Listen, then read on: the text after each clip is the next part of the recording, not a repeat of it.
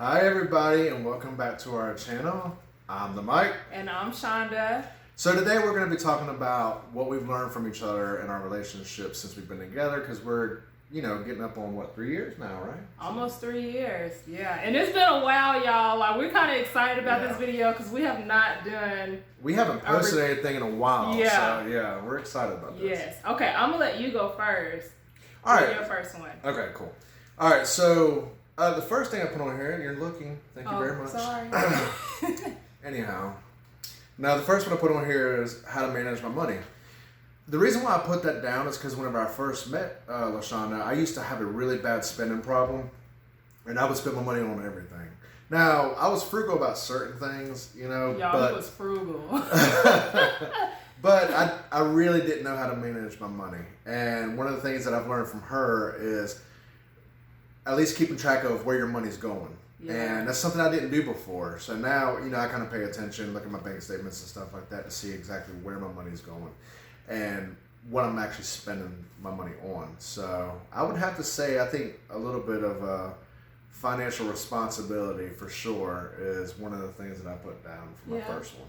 I think a good addition to that too, I can't tell you what you've learned from me, but just based on what I feel like you've experienced, I feel like I've also taught you to treat yourself. Like, it's okay for you to spend money on yourself because you deserve it. Oh, man. Yeah. Okay, so I'm glad you brought that up. I didn't think about that. Yeah, we really went through that process. Yeah, I'm extremely hard on myself. Like, if it's $10 or $20 for a shirt, for me, I won't buy it. If it's $50 for a shirt for her, I'll snag it right up. And I've kind of always been that way. As far as like anything that I want for myself, I won't get it. And so one of the things that she's actually helped me with was spoiling myself a little bit. And I'll be honest with you, it's extremely important because for me, I feel better about myself. Like, I've got nicer clothes now than I used to have. And it's because she's kind of helped push me, like, hey, why don't you get that for yourself? Yeah. Yeah, I thought that was a good addition to the first one you said. Yeah, because it's kind of like financial spending, but kind of like in a different area, I guess. Right. And then, honestly, at the end of the day, if you don't do anything for yourself, eventually you're going to kind of have a little bit of resentment to everybody else because you're like, dang, I do for everybody, but I'll never do for myself. So if you put yourself in that situation and then you want something, but what you want is too expensive and your family's like, hey, we can't really do that right now, then you're going to be mad because you're like, look, I do and do and do and do, but I never do for myself.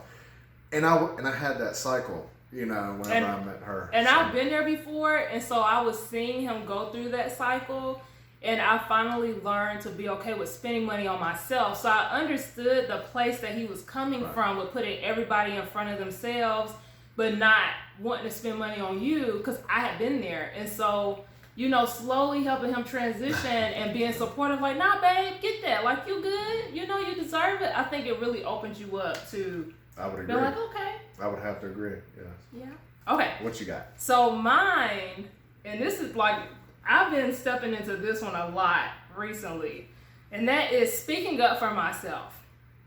Oh my gosh. I thought that I had a backbone before I met Michael. I didn't realize how much I didn't have a backbone until he helped me get a backbone.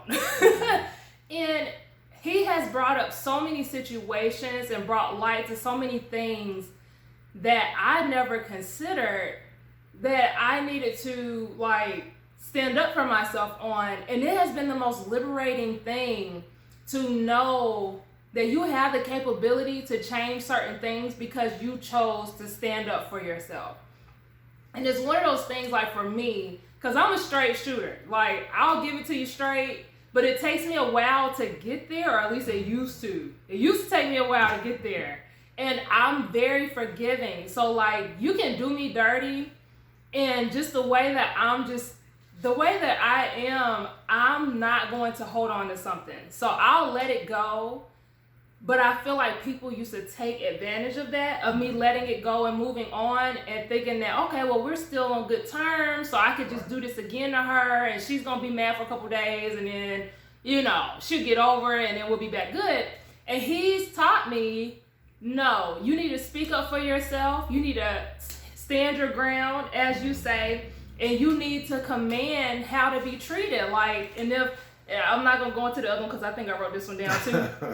But yes, he's definitely taught me to stand up for myself and stand firm on how I want people to treat me. Well, the thing is you've got to value yourself, and based on the way you allow people to treat you, definitely says how you value yourself. Yeah. And if you don't value yourself, you're not going to stand your ground. You're going to allow people to do and say things that are going to, make you feel a certain way or belittle you or disrespect you in some fashion or form that you shouldn't be allowing people to do.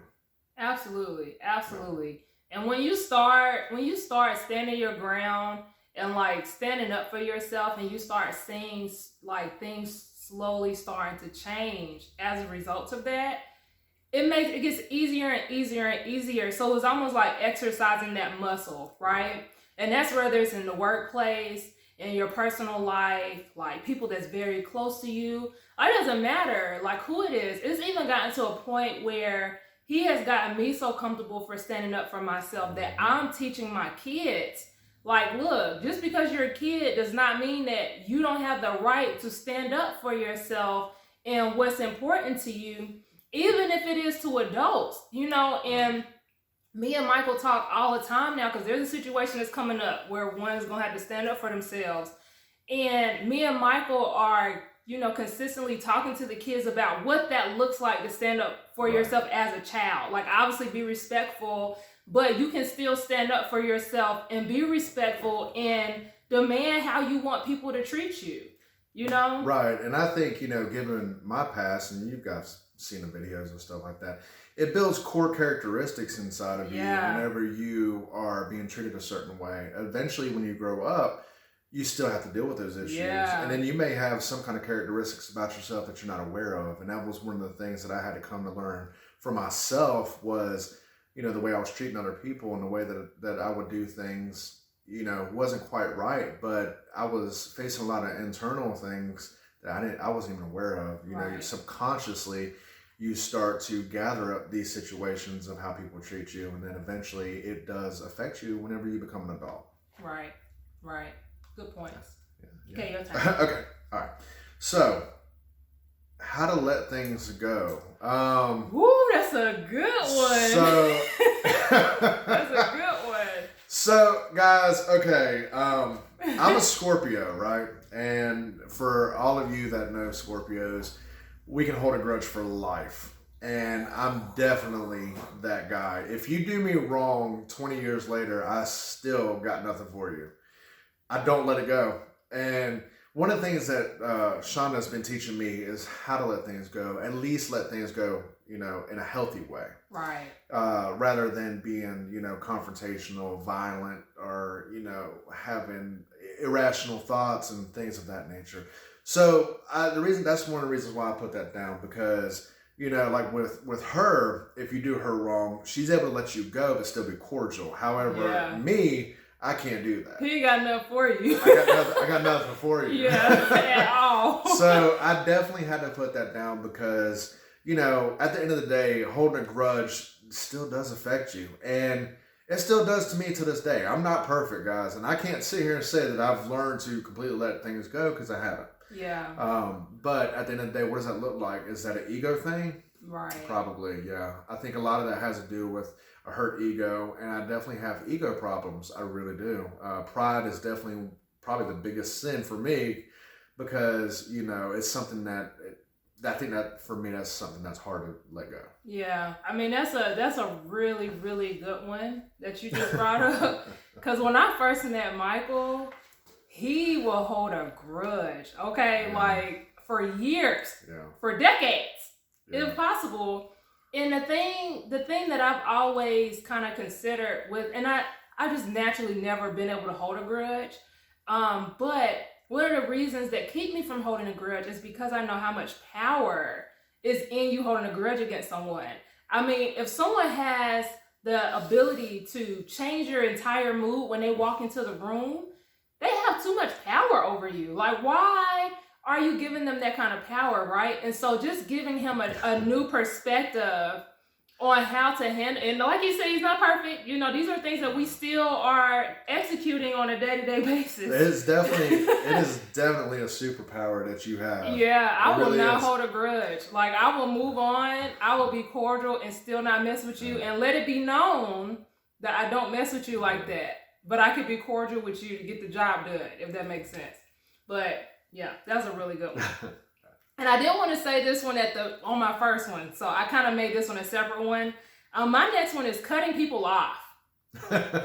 Michael has taught me how to cut people off. Michael is the I cut you off king, okay? My cut game is strong. His cut game is strong. Like, nobody's safe. It's so funny because his cut game is so strong. I remember one random conversation me, you, and the kids was having about cut people off. And the kids was like, oh, well, he would never cut you off. And I was like, wrong. I ain't never did Michael wrong for him to cut me off. I said, nobody's safe. I'm not even safe, okay? But he has taught me the power of cutting people off and not allowing just anyone to have access to you. Yeah, you know, in all honesty, guys, not everybody deserves access to you. They don't. You know, not everybody deserves the season you're in right now.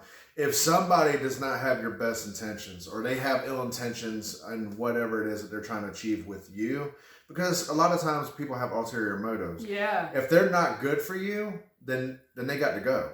But yeah, as Michael was kind of saying, like, for me, because I'm so cordial and like I don't hold grudges, like I continue to give people access to me. And even if I knew like that our relationship was not that it was negative, but like it was gossipy, or like there was never any benefit to us continuing to talk to each other, or maybe we outgrew each other, but we still like talked.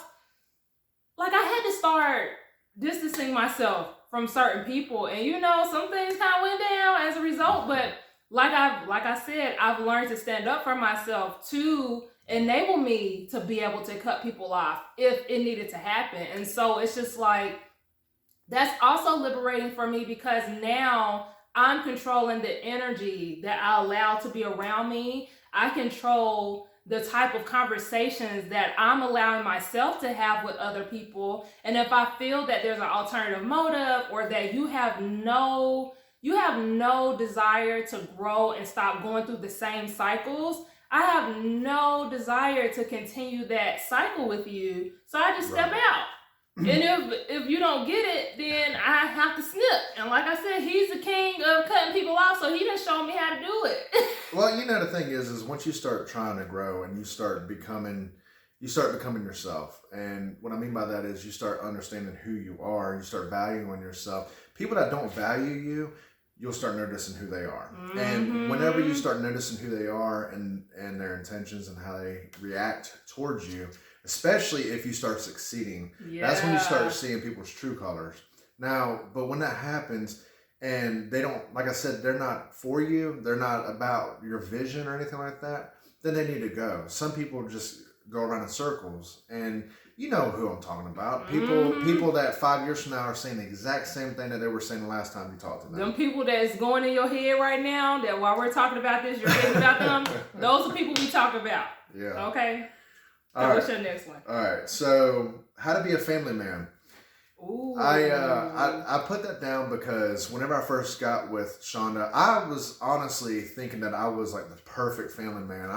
I'm the greatest guy to exist. I'm this, I'm that. And you know, I had to learn, man. I was actually a very selfish person, and I've said this in a couple of videos before, that in my previous relationships and stuff like that, I was a selfish person. I just didn't realize it. Well, with Lashawnda, she's got such a pure heart, and even her kids got such a pure heart that it literally made me have to wake up and actually see that I was not like that. You know, I had good intentions, but good intentions is not a pure heart. And that's something that I really want you guys to understand. You know, you can have the best of intentions, but still do the worst damage to somebody. And that's something that I had to learn, you know, with myself, especially my self-development, you know, becoming sober and stuff like that. From her, I started learning how to think of others rather than myself, even my own son, you know, because whenever I got into my sobriety, I didn't have a relationship with my son the way I wanted to. And my thoughts were still selfish. I was still thinking about myself and not his feelings and how he felt. And I was really upset and irritated at the fact that it was taking so long to reconnect that relationship, because I felt like, okay, I'm good now. You should see me. I'm good now.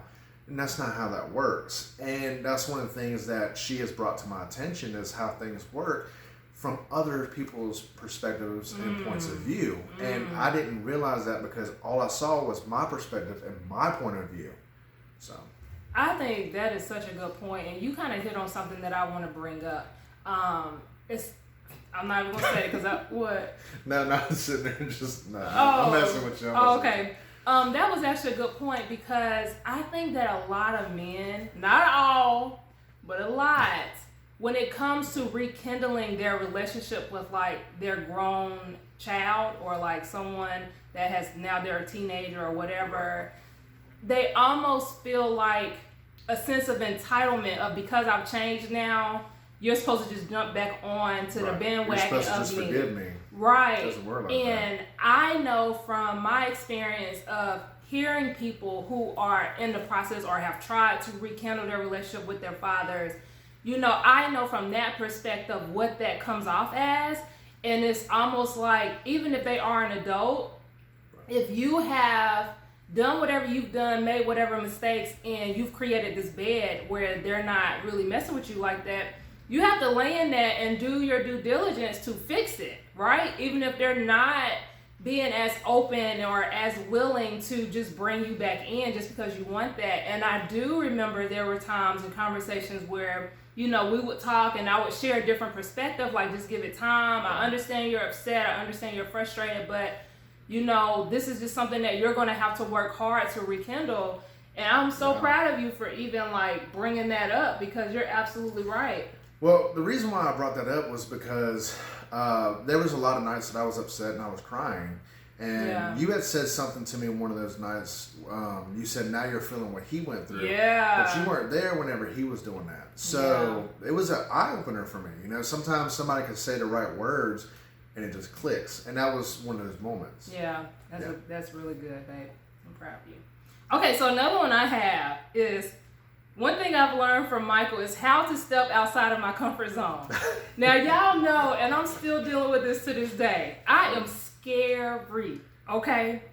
I am a scary black woman. You'll see her as scary when we went into a haunted house, and I don't think I've ever been held that tightly. I'm scary, y'all. I am. And it's due to my mama, okay? I'm going to just put that out there. I'm sorry, mama. But my mama always tells the worst case scenario, okay? Like, anything that happens, you're going to die, okay? And so I have that engraved. She's like a human Google. Yeah. And so I have that engraved. Like, I ain't trying to go camping. Now, there's still some stuff that I'm just like, nah. But he has definitely opened me up to being more open to trying things that I haven't tried before. And I think a really big one was when we went to the cabin. Y'all, when we went to the cabin, I was scared. I'm not gonna lie. I was scared because I ain't never been to no cabin in no woods. Like, I feel like there's nothing there for me. Like, I have no reason to be going to no woods to be in no cabin.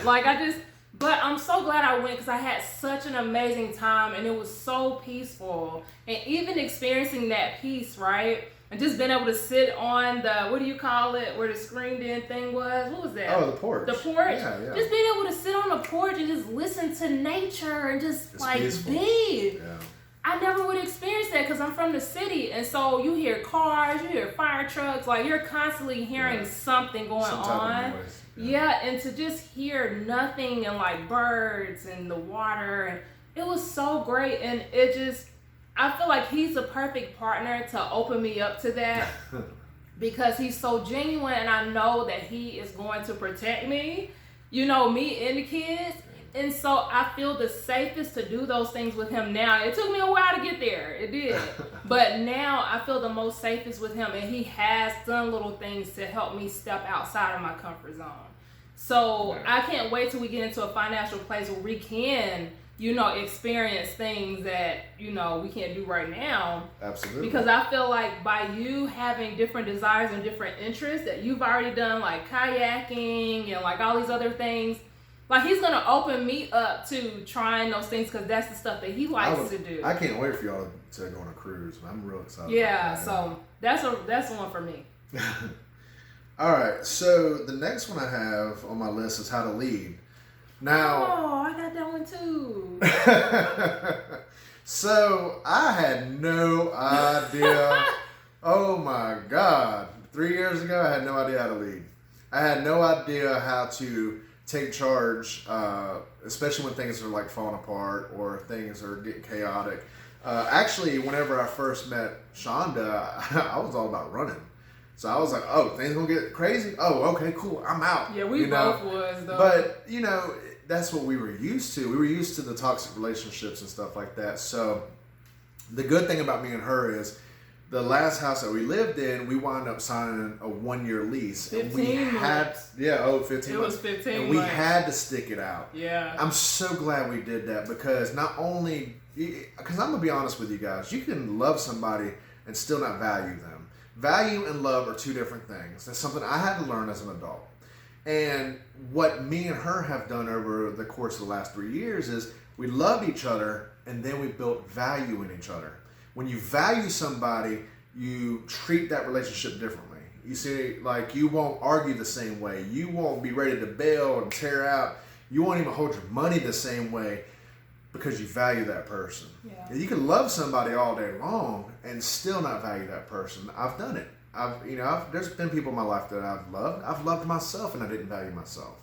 And it wasn't until I learned how to do that I could actually do that with somebody else. Now, that's one of the biggest things like with me and her was, getting to that point. So, having said that, it took me a lot to grow up and realize how to take charge, how to lead, how to, when things fall apart, like, hey, I got this. We got to do this.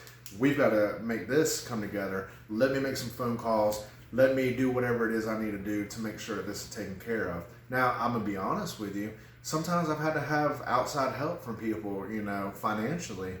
But I made the moves to make those situations happen. Yeah. So I'm going to go ahead and say mine because I had the same thing on my list. One thing that I've learned from Michael is what male leadership looks like. So as a woman, especially if you're like religious or you're a Christian, I don't consider myself a Christian. I consider myself religious, or spiritual. I consider myself more spiritual than a Christian. But when I was like in that rope of Christianity, it's really big in a community to look for a man that can lead your household. Look for someone that can be a leader. And it's like you hear what they say that is, but until you experience it in the flesh, you don't really know, especially if you come from a single parent household. Like, my mom has been a single mother since she had me. So it's like, I never saw it in the household.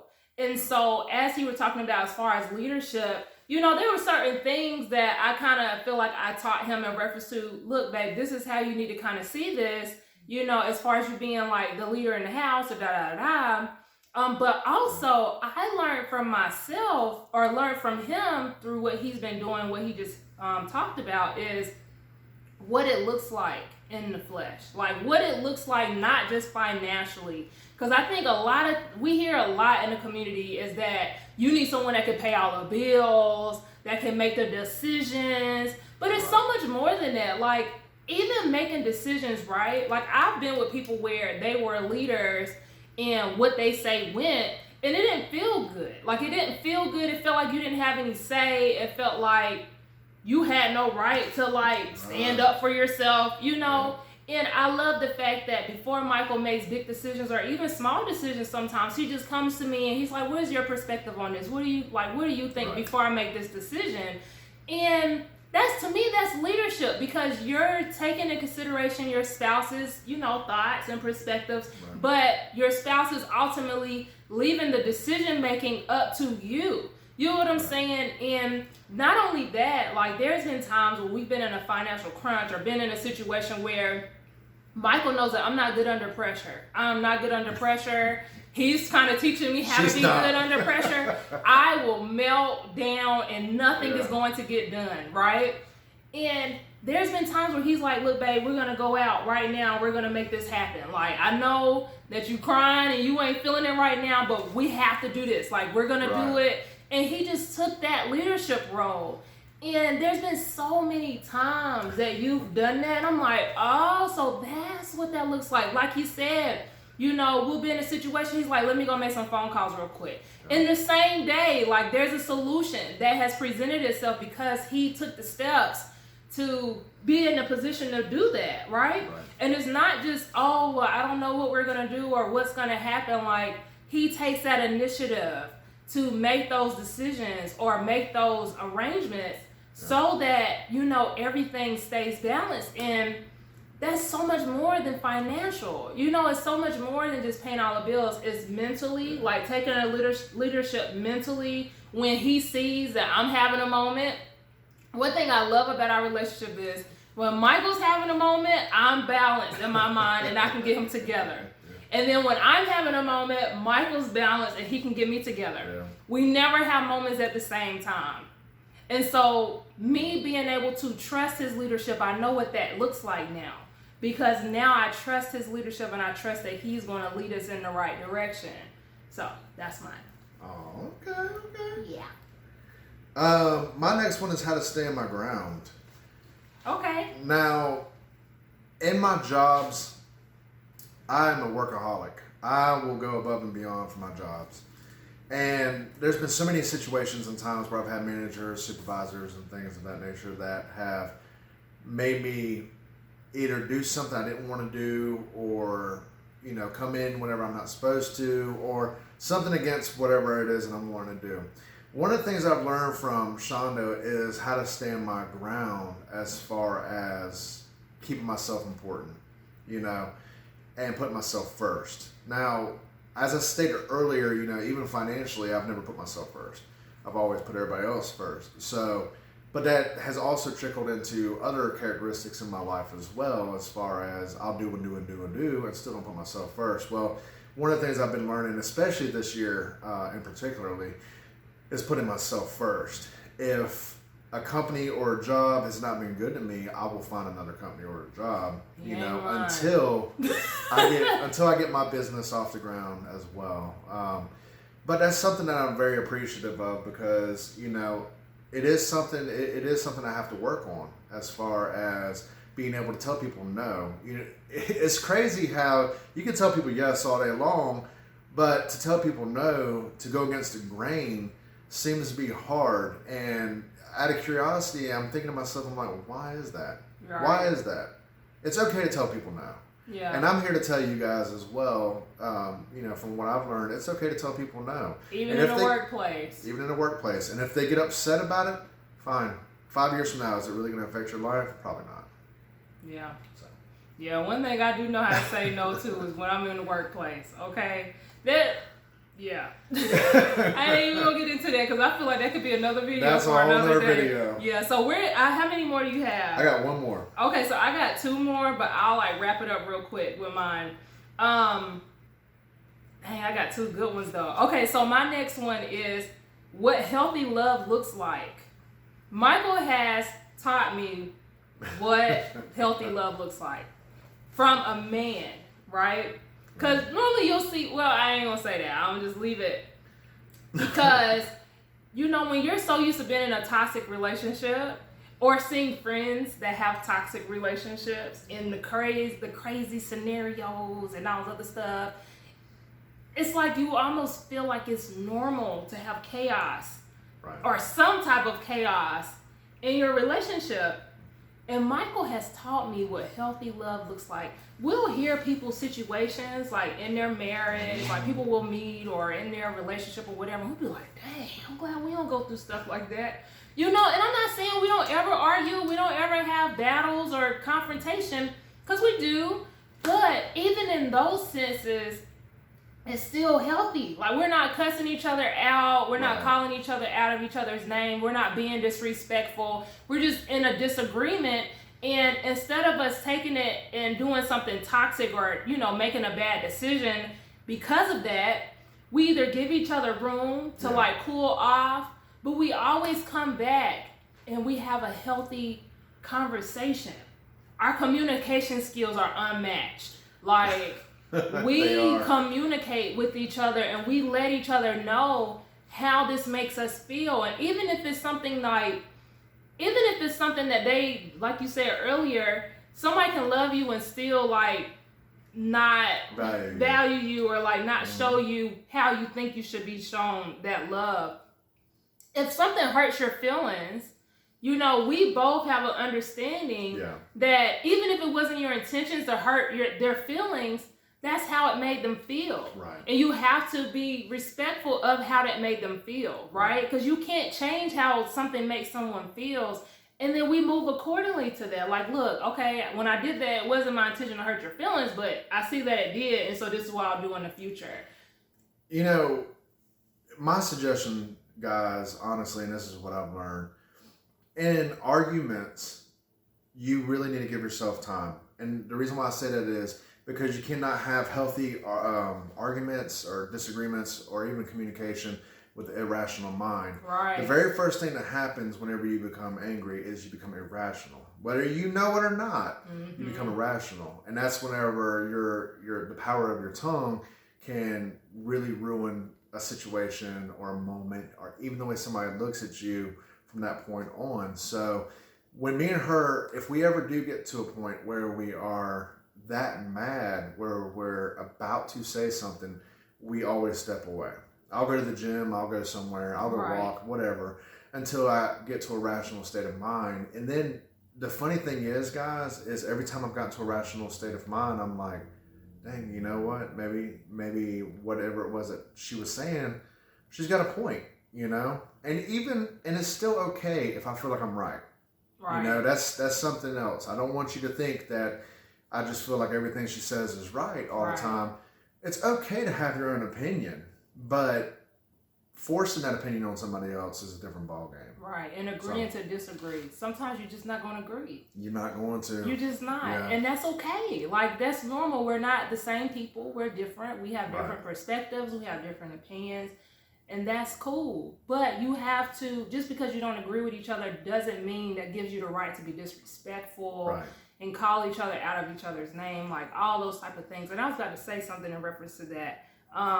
So there's sometimes, right, where you brought up that when you're in you said irrational thought, or what did you say? Irrational state of mind. A rational state of mind, right? One thing that I have learned in having a healthy relationship with you is, you know, there used to be times where I wanted to, like, cut with the tongue. You know what I'm saying? Like, say stuff that you know is going to cut your partner. But when you start becoming one and you start feeling the emotions of your partner, I understand what it means to, when I hear people say, you wouldn't do, if you know it's going to hurt your partner, you wouldn't do it if you really loved your partner. Because you're going to feel that if it hurts your partner, because you guys are becoming one with each other, right? And so it makes you not want to say anything that's going to cut them, because why would you want to cut someone with your words that you love, right? You wouldn't allow somebody else to talk to them like that. Right. And so I feel like for both of us, because we love each other so much, we're very careful with our words, and we will separate for a minute, you know, like go do our own thing for a couple hours or something to prevent that from coming up, because we don't want to cut each other. Right. You know, so that's what I was going to say. Oh. Okay, so I know this video is super long. You said you had one more. Was that your last one? Okay, that's go ahead. She taught me how to season my food.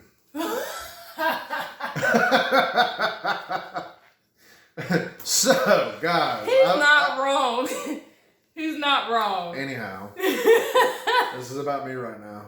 So, anyhow. No, when I first got with Shawnda, I thought I could cook. I really did. And I had to learn, man. Of course, now, you know, I can actually cook really good. Now, for real.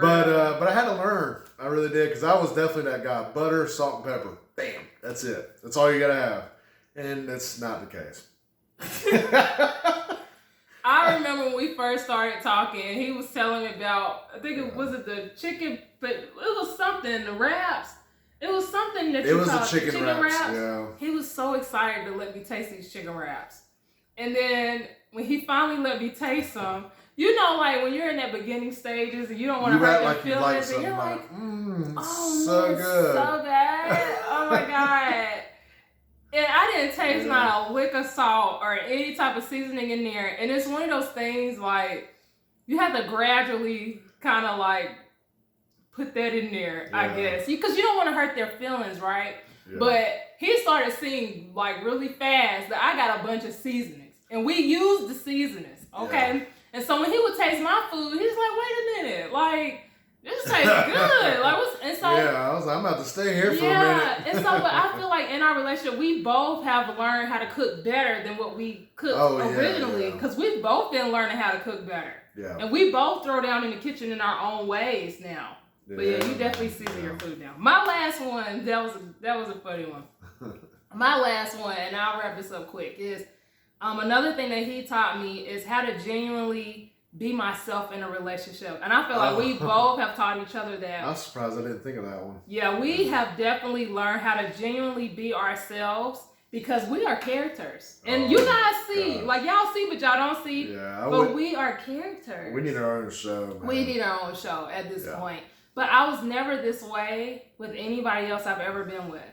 Ever. I can genuinely say that. I've never been as myself to the capacity that I am with you. And I think that we had to give each other permission almost to be ourselves, right? Yeah, because even in the beginning, I really wasn't myself. Yeah. But I was so scared of losing the relationship for being myself. And at the end of the day, you cannot think like that. You can't. Because if you can't be yourself, man, you'll never be happy. I don't care. Yeah. And you're always kind of be like walking on eggshells if you're not yourself. And it's like, we do the most craziest stuff and we get each other. Like we get each other's funny, we get each other's personalities. You know, like it's one of those things where we never feel uncomfortable. Right. You know what I'm saying? Like he see me with my bonnet on. Like I remember there's been relationships where I was scared to even let them see that. Like see me like, what do you call it? Like dressed down or as your regular self. Right. Yeah. Now I'll be looking a hot mess sometimes, and he'll be like, "Baby, you look wonderful." Like I don't care. Like oh my God, I'm like, really? Because I look hot. I'm busted right now, and he genuinely doesn't care. Like, you know, and it just makes us feel more comfortable. You feel comfortable just being you, right? And I feel like his personality has really blossomed. Oh yeah, it's a lot bigger than it used to be. Yeah, and I feel like mine has too. So. Thank you, babe. Yeah, we definitely bring out the best in each other. Honestly, we really do. We do. Yeah. Thank you, babe. Yeah, you know, it is what it is. So if you're in a relationship, I would love for you guys to put in the comments, what is one thing that you have learned from your spouse or in your relationship with your spouse? Definitely drop that in the comment section below. Or even better, I challenge you guys in your relationships to ask each other what have you learned. Oh, yes. Yeah. That would be a really good conversation for you guys. Yeah, because sometimes you just need a reminder of how important a person is that you got. And sometimes you don't know. Like, they may not even know that they've taught you those things. And vice versa. You may not know the things that they might say that you've taught them. Because I feel like with us doing this today on this video, I mean, like, we learned something else about each other today and how we're, like, helping the other person grow as a person, you know? Absolutely. Yeah. So we're going to try to show up more, guys, on our YouTube channel. Thank you, guys. If you're still here, then you are our real, what do you call it? Our real VIPs or MVPs. Yeah. Put the word bacon in the comments so we know that you watched the whole video. Yes, put bacon in the comments if you got this far. Because if you got this far, you ride with us for real, okay? Because this video long. Okay, this ain't but if you got this far, I love you. Yes, absolutely. So put bacon in the comments if you got this far. What we're thinking about doing with this channel, because we both have our things going on. I have my business that I'm launching right now. Michael is pursuing his career / starting his business soon. Yeah. So we have a lot of ventures that's going on right now. what we're thinking about doing is starting a podcast on this channel, right? Because we know that like our community, you guys love our sit down talks, and we love talking. Like we can talk all day. Oh yeah, we do this all day. Yeah, so I think that having a podcast on here would be really, really good. I mean, I would love to do that. I don't know about you, but yeah. So let us know what you think. But do you have anything else you want to say? Nah, that's pretty much it, man. Nothing but love to you guys. Okay, you wrap it up then.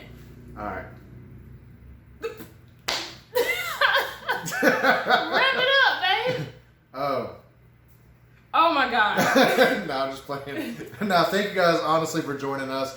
And I hope you guys have a blessed and awesome weekend. Yes, and we'll see you guys in the next video. Bye.